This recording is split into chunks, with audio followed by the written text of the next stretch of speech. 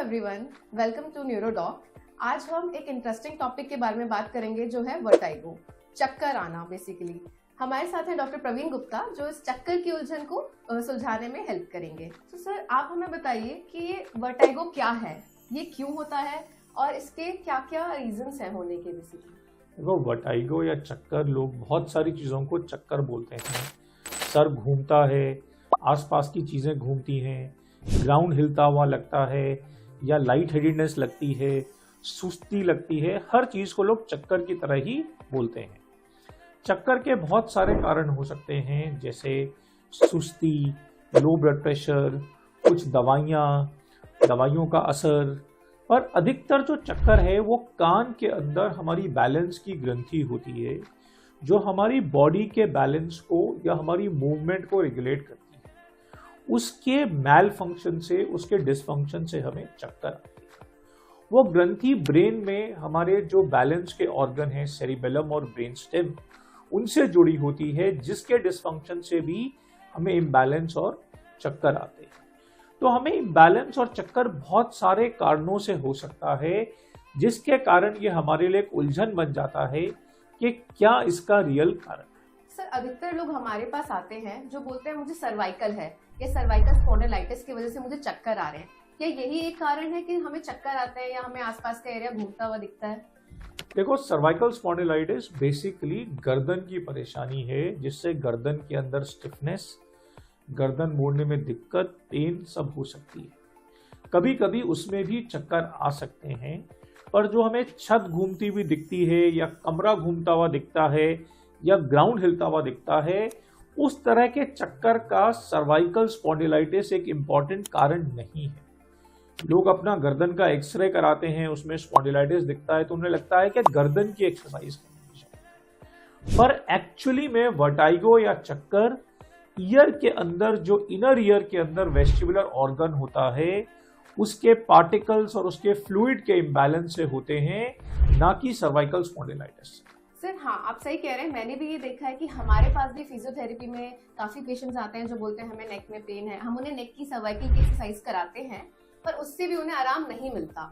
और कुछ लोग ऐसे भी हैं जो दवाइयां भी खा रहे हैं साथ में, तब भी उन्हें आराम नहीं मिलता। तो इसके क्या कारण है? देखिए, चक्कर की जो दवाइयां हैं, बीटा हिस्टीन या सिनारेजीन, वो वेस्टिबुलर सेडेटिव्स हैं। वो चक्कर से हमें आराम तो देने में मदद करती हैं, पर वो चक्कर की बीमारी के मूल कारणों को एड्रेस नहीं करती। चक्कर की जो बीमारी है वो वेस्टिबुलर ऑर्गन के डिसफंक्शन से, इसलिए चक्कर को ठीक करने के लिए इनर ईयर रिहैबिलिटेशन की एक्सरसाइजेस, जिसे हम वेस्टिबुलर रिहैबिलिटेशन एक्सरसाइजेस बोलते हैं, वो सबसे जरूरी है। चक्कर आने से हमारा इन्नेट सेंस ऑफ बैलेंस चले जाता है। वो सेंस ऑफ बैलेंस एक बार जाने के बाद खुद से वापस नहीं आता। तो उस बैलेंस को वापस लाने के लिए दवाई जितना ही नहीं, पर दवा से भी ज्यादा जरूरी है वेस्टिबुलर रिहैबिलिटेशन एक्सरसाइजेस, जो हमारे इन्नेट सेंस ऑफ बैलेंस को वापस लाते हैं और वेस्टिबुलर ऑर्गन को ठीक करते हैं। तुमने भी देखा होगा निशा, जो लोग वेस्टिबुलर एक्सरसाइजेस करते हैं वो लोग इवेंचुअली ठीक होते हैं।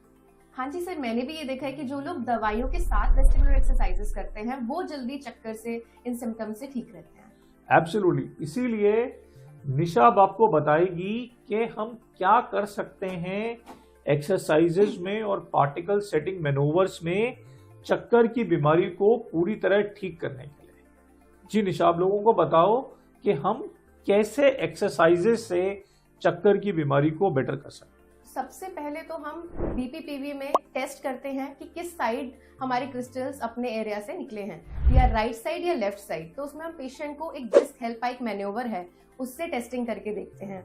अगर उसका राइट साइड अफेक्टेड है तो हम राइट साइड की मूवमेंट करवाते हैं, लेफ्ट साइड है तो लेफ्ट साइड के लिए हम मैन्योवर कराते हैं। तो बेसिकली हम जो कराते हैं वो मॉडिफाइड एप्लिस मैन्योवर है, जो मेन है आपका बीपीपीवी के लिए, जो क्रिस्टल्स को वापस से अपने जगह भेजेगा।